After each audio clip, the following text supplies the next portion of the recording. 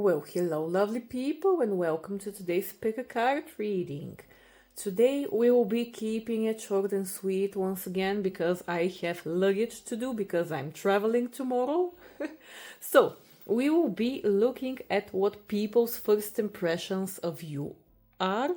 And those first impressions don't necessarily mean that this is what your true essence is, but this is basically how people typically tend to see you when they meet you for the first time.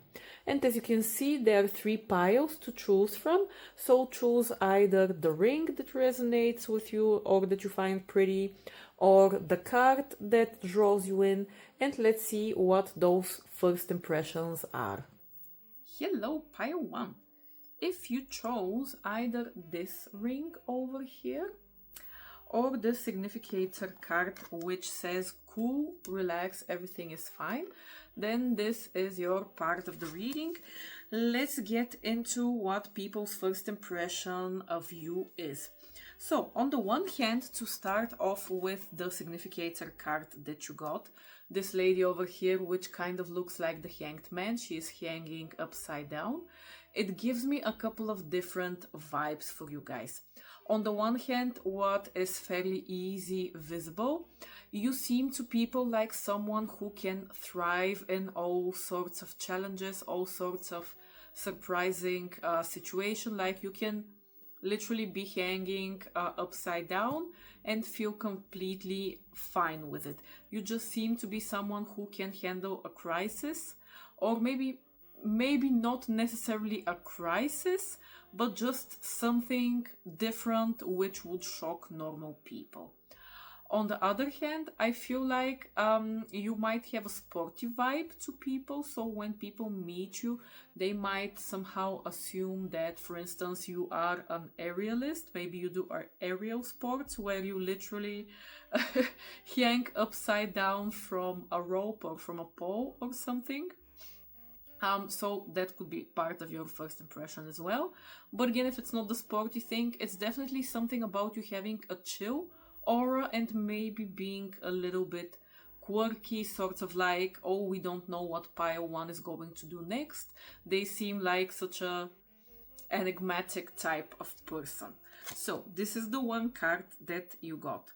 And like overall, even going into your other cards that we will discuss in a bit, there seems to be a coolness and chillness to you. Like you're the type of person who really, no matter what life throws at you, not that you wouldn't get emotional or something like that. Yeah, I mean, you are not numb. You are a normal functioning human, but you don't fall into despair. It seems you don't let it stress you out. Again, at least that's not something that people from the outside can automatically pick up on. Because again, this is more so first impression, so it can change potentially when people get to know you. And the other card that you got, apart from the tarot, from the Animal Oracle deck, is the Nightingale. And I actually want to read to you the message of this card. The idea mainly with the Nightingale is that you might have some kind of creative streak in you.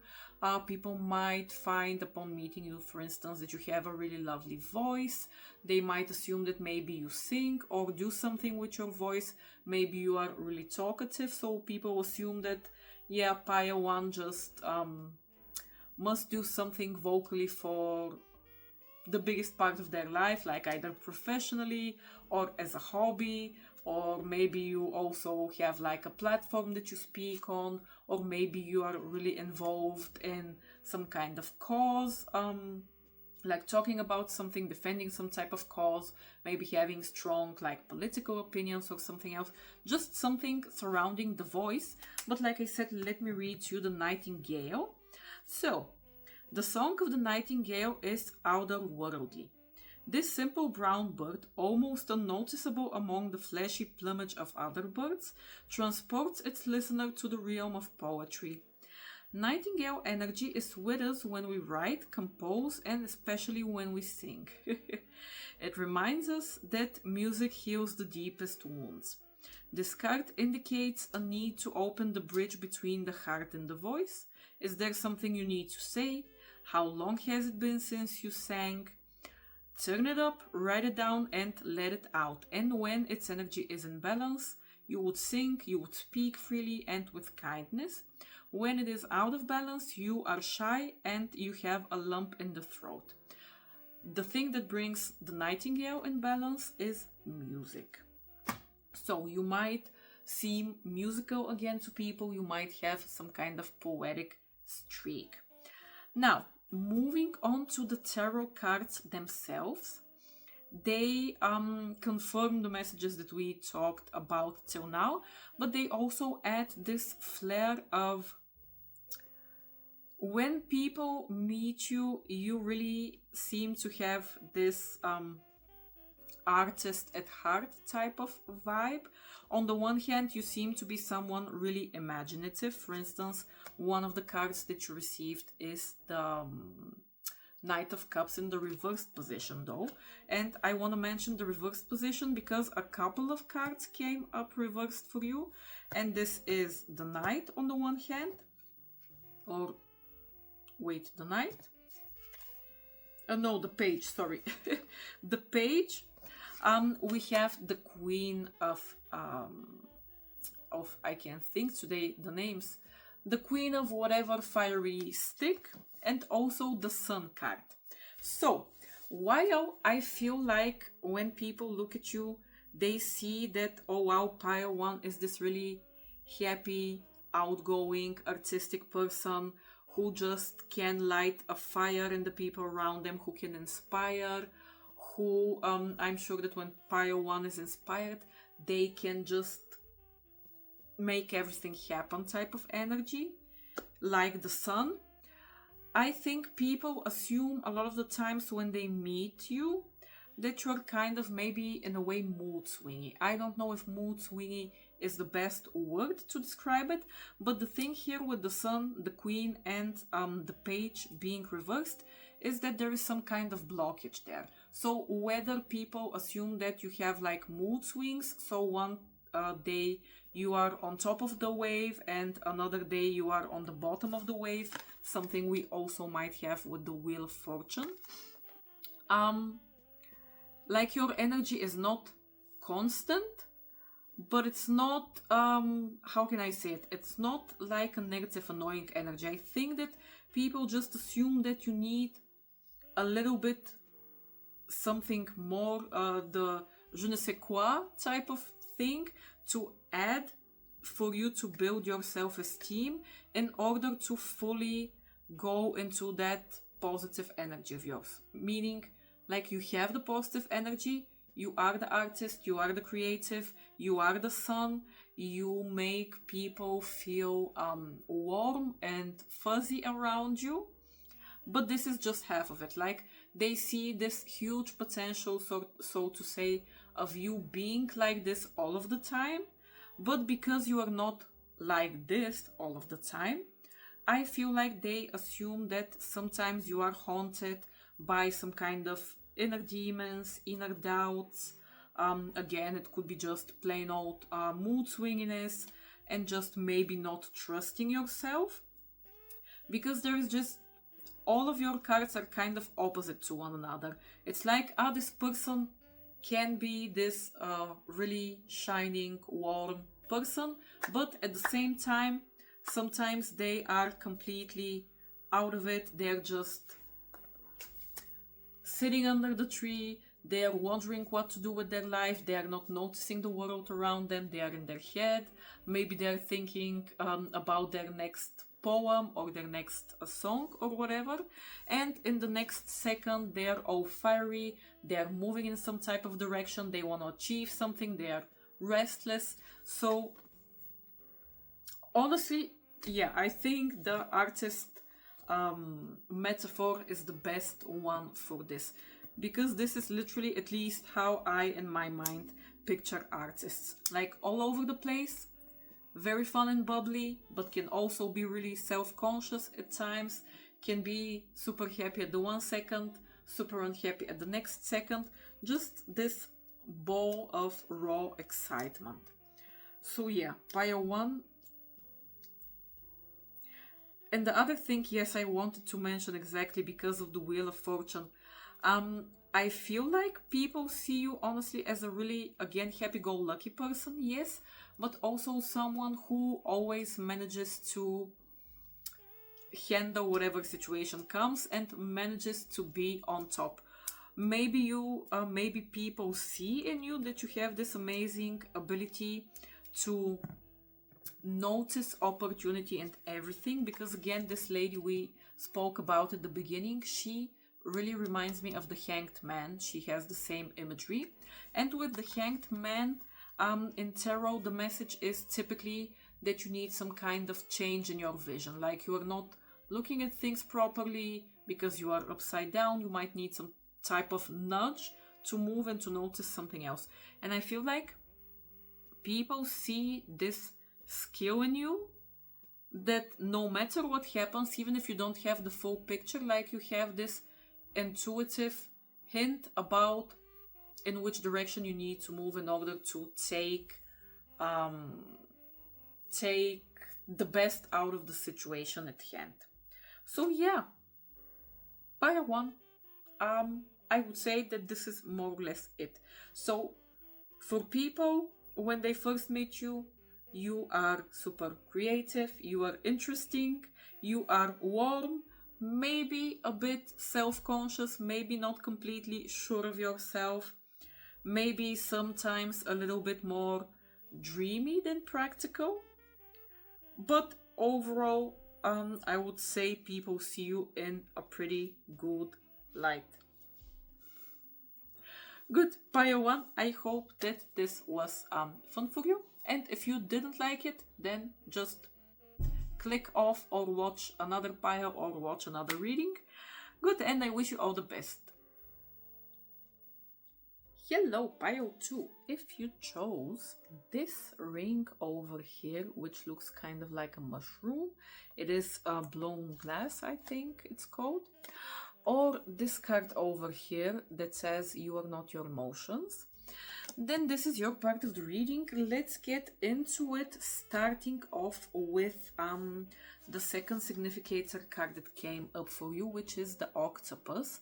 I want to read to you the whole of its message because I think it nicely encapsulates, let's say,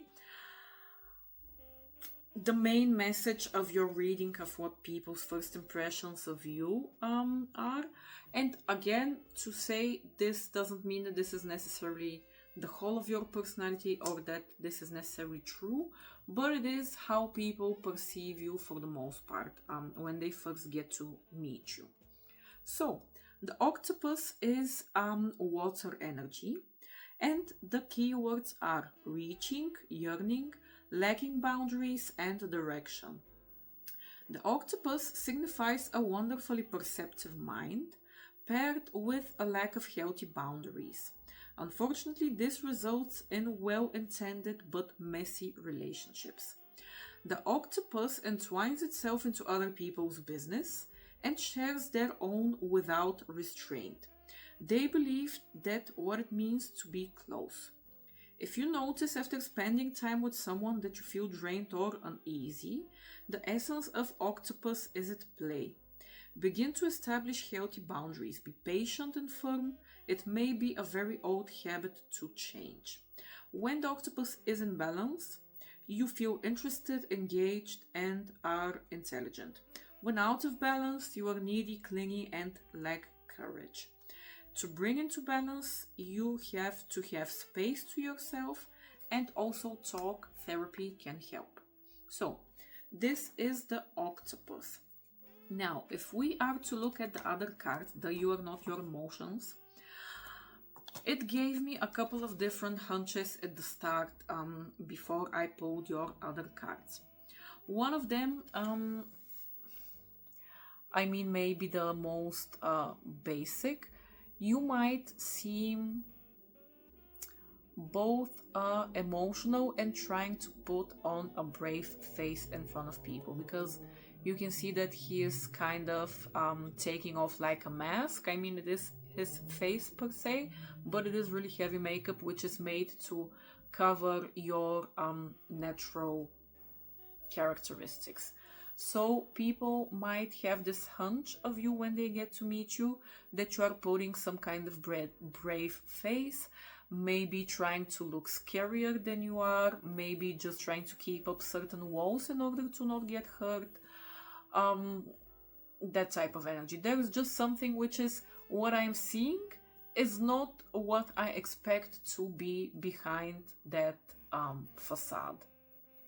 The other thing is that people might assume that you are quite emotional, quite like feeling oriented, which is not a negative thing. Honestly, because of the cards and the way because of the colors and the way the card is drawn, I feel like the emotions that are being portrayed are supposed to be more heavy, more negative, more like, I don't really know what type of word to say. Like, when you see this card, you imagine someone with a heavy energy, maybe a little bit of a, I don't know, Debbie Downer, or just a person who has been through a lot and they wouldn't be light company. So I don't know if this is something people perceive in this way with you. I wouldn't say, based on your other cards, I don't get the vibe that people are at first glance put off by your energy or anything, but I feel like their interpretation is just that, okay, this person has something traumatic, let's say, hidden deep down within them, and they're trying to put on a brave face, and maybe they still haven't fixed this whatever darkness exactly it is. This is the one hand. Now, I do have to say, because the first card that came up for you is the Eight of Pentacles. So I feel like that no matter in what type of context people see you, they see you as a hard worker. Whether it's a hard worker in the aspect of this person is constantly trying to improve themselves, because the Eight of Pentacles is the card of working day in and day out and achieving small goals and taking small steps and finally getting to the end result, but it's not a night and day type of difference. It is like Saturn energy. It is basically that, taking small steps, and in a year, let's say, you have made it 100 miles further than you were at the start. So definitely, even if there is a little bit of like emotionality or something like that in their impression of you, it's not like no one's seeing you as, let's say, a person who just sits around and cries all day and does nothing. It's more so, I don't know, maybe this interest of wanting to find out what exactly you are hiding behind that mask and what exactly has happened, which has made you the person that you are. And people assume that it is some kind of heavy energy because we have both the Five of Cups in the reversed position and we also have the Devil. So the Devil himself speaks about us being addicted to something, some kind of negative tendency which has us in a chokehold and which we are working towards getting rid of, like kicking a bad habit, kicking an addiction, but we're still not there, like it's a work in progress. And with the Five of Cups, because it came up in the reversed position, again there is this sense of this person is still not over something negative from the past. They're still latching onto it. It is part of their story and not even story, because it's not part of your history. It's an active part of your self-concept and how you present currently. Your cards are not giving me the vibe that you are talking about that. I don't think that you are vocal, because Pile 1 was vocal. And for instance, if you had received the cards of Pile 1, I would assume that this story is something you lead with, and this is why people's first impressions of you are like that. But with you, I feel like this is hidden. This is something that maybe you tell people very far along the way of knowing them. It is an enigma. but there is just something in your energy which hints to it. You seem like a heavy scorpionic person, like heavy water placement type of person, with whom one should get really enmeshed and get to know them in order to build a relationship. Like, you're not the flighty Libra person or Gemini person or an Aries who would throw themselves into something. You have some kind of dark essence in you. Now, the other thing that was also mentioned in the octopus card, which I am seeing also in the tarot, is the relationship aspect.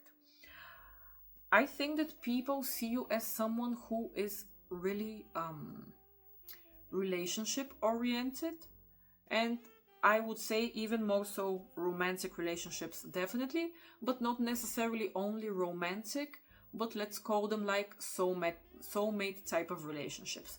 Meaning, I don't think that people assume you are someone that they could just have a chit chat with.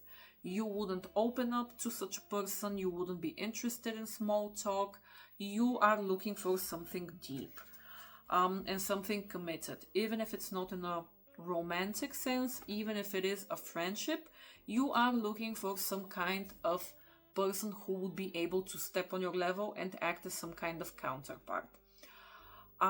So yeah, you got the Lovers card on the one hand and the Two of Cups on the other side. So relationships seem to play a strong, they have a central role in your life. And people probably assume that your relationships are also kind of up and down, up and down. Again, because you have this heavy energy of someone who wouldn't put up with bullshit. Like, if there is something wrong, you will call it out. Maybe you will turn everything on its head in the process, but that would just be necessary, even if it feels like a huge change, like something drastic and dramatic. It is something that you feel the need to do in order to be aligned with your values, because this the Lovers card also speaks about us and our values and acting according to them. And if something doesn't align with those values, yes, you might grieve it, yes, you might work on fixing it or something, but at the end of the day, you wouldn't be afraid to turn it over on its head and just face the music, just see what happens then, and if you have to, you can reinvent yourself. But definitely, yeah, just the idea of your emotional world is the thing in your aura, in your energy, which seems to be the most noticeable to people. I don't know, I don't really know what astrological signs stand behind tarot cards. I don't really read them in that way, but just this energy as a whole, as a vibe, very much gives like 8th house, scorpionic placements, maybe also a little bit Neptunian placements, I would say, or like Cancer. Just an ocean where someone unprepared can absolutely drown. So yeah, pile 2. More or less, I think that this is what people notice in you as a first thing. Your depth, your emotional depth, your hidden secrets of maybe dramatic past relationships that you don't want to share about, which have shaped your current way of looking at the world and of acting.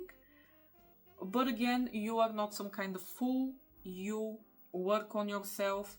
You achieve your goals. I feel like people, if anything, they look up to you because they assume that you as a person have been through a lot and you are continuing to grow and develop. So I hope that this resonated for you, that you enjoyed it. And if you didn't, then forget about it and go watch another reading. And I wish you all the luck. Hello, pile 3. If you chose this blue ring over here, or the treat yourself card, eat whatever you want, which I love this message, honestly. Then this is your part of the reading. Let's get into what people's first impression of you is. And like with the other piles, I'm gonna read to you the other significator card that you got, which for you is the Eagle. I'm gonna read it from the booklet just so you get the full message. But if I were to summarize your reading in one word, you are a sort of boss bitch to people, let's say.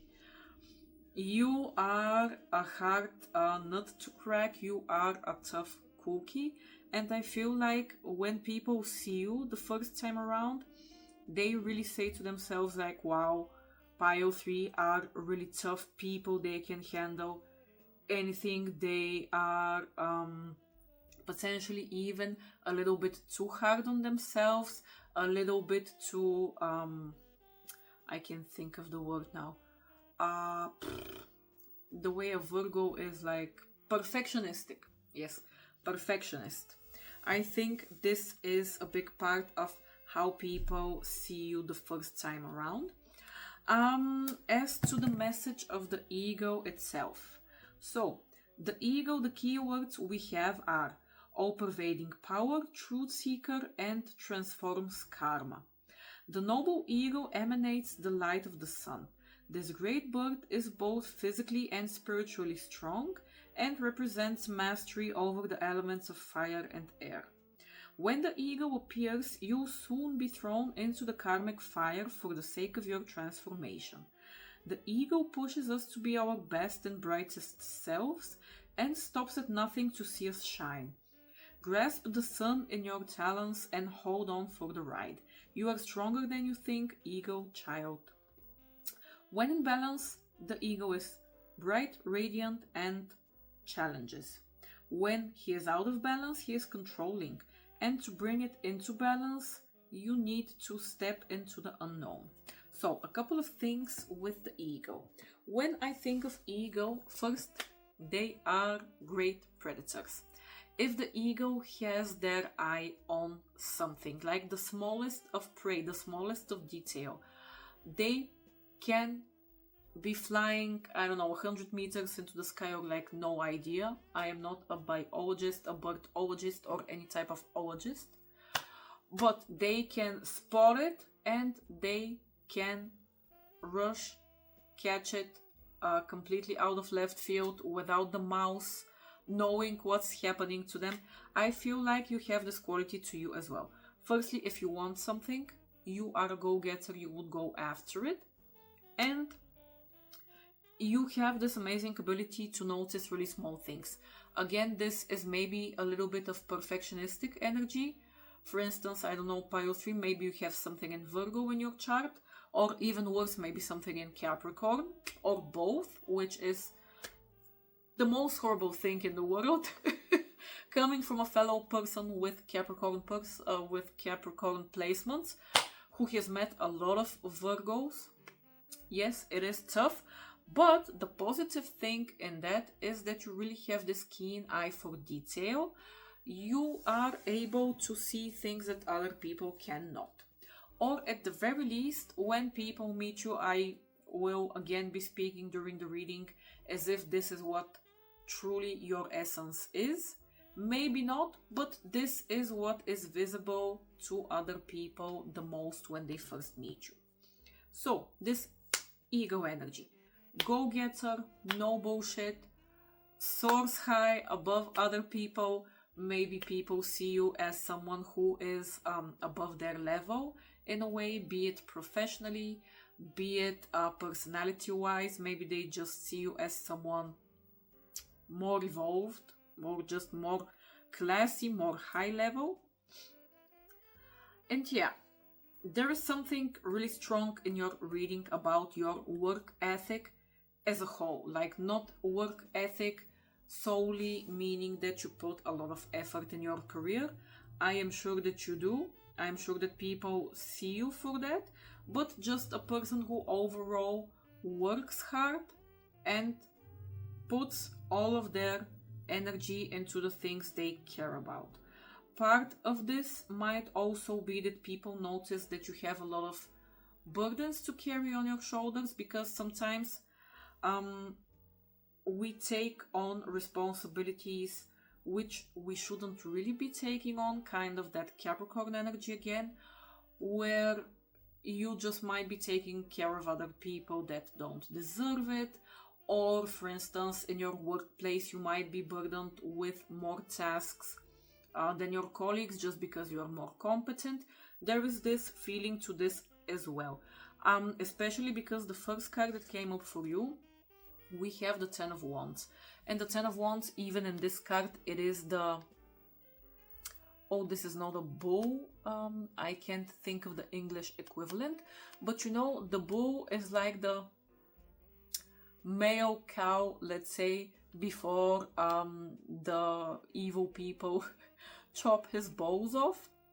And bulls are, let's say, more fiery, more potent, more energetic. You can't really control them, you can't ride them, you can't do anything. When you get rid of that testosterone, when you castrate them, they turn into this animal of which I can't think of the name. And that animal is great for burdening them, for making them work till they drop. So this is something that people notice in you. Your stamina, your ability to work more and more without complaining. And they probably honestly marvel at you, like, how does this person even do it? How do they combine everything? Especially because we also have the Two of Pentacles. So I don't think that people are looking at you like, oh, this person is failing, or this person is weak, or something like that. No, quite the opposite. They are probably assuming that you are some kind of Superman, superhuman, that just, I don't know how they have the same 24 hours as us. They must be gifted somehow special, like blessed from the gods. No idea. You just have this essence of having amazing capability, maybe for dividing your schedule properly, or maybe you just have super much energy and you are always on the go. Either way, you are, like I said at the beginning, the ultimate boss bitch. Now, the other thing that comes into play here, I don't know if this is something that people assume, or maybe you give off this vibe somehow. It's either that they rationalize in their mind your work ethic by the fact that you must be overcompensating for something from the past. Maybe this is the only rationale that comes to them when they see you. Like, oh, this person must have failed before, for instance. That's why they're putting in so much effort. Or it could be just that, if it's not that scenario, maybe you give off the vibe somehow that you're trying to overcompensate. Maybe you make little comments when you meet people. That, for instance, oh yeah, I have to put in all of this work so I can live with myself comfortably without having any regrets. That type of thing, I mean. I don't know which of the two cases it is, but either way, there is something in people's first impressions of you.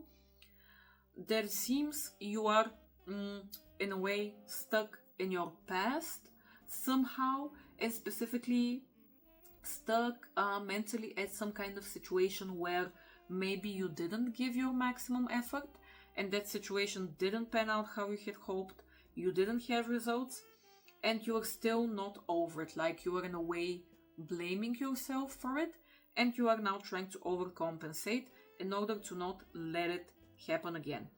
A part of this might also be you doubting your capabilities somehow, because one of the cards that we have is the Two of Wands. And the Two of Wands can, on the one side, be the card of being stuck in decision limbo, but it is decision limbo not necessarily because you mentally don't have the whole information. That would be more Swords energy. Here is because you are somehow lacking self-esteem. You are not sure whether if you take one or the other direction, you will be able to take it full course and see it through. So people might notice, they might assume that based on some kind of old situation that didn't pan out great for you, that you are now worried about your capabilities and not completely trusting yourself. So in this sense, overworking yourself might also be a little bit of a compensation mechanism.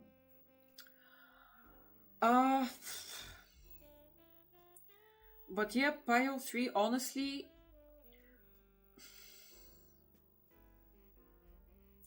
I more so want to say, because of the last card that came up for you, which is the King of Pentacles, which he is the ultimate boss figure, he is the ultimate authority.